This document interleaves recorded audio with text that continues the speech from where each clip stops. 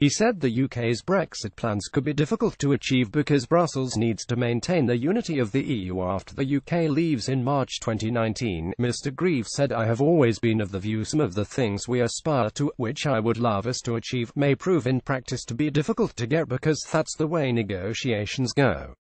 And also because the EU's own integrity would be threatened if we were to get some of the things we may want."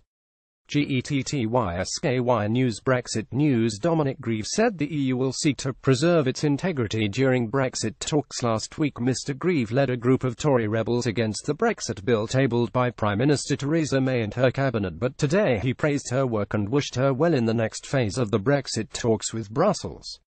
The Tory MP said, "I can only say I wish Theresa May well in these negotiations. I certainly don't wish in any way to interfere in her getting the best deal possible for the United Kingdom. We need to give the Prime Minister and the government the opportunity to get the best deal we can." Mr Grieve also told Sky News he expected Mrs May to successfully strike a deal on a transitional arrangement which would allow British businesses to adapt to operating outside the EU, and give the British government time to translate EU law into the British legal system. But he said Mrs May should consider a transition period longer than the forecasted 2 years.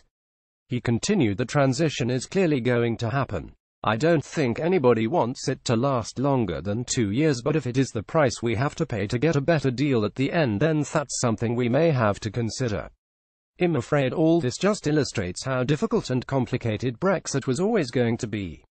My regret is that lots of people believed it was fairly simple, and one of the reasons I'm afraid we are now getting so much rage and anger is because people somehow feel that something which ought to have been simple is proving to be massively complicated.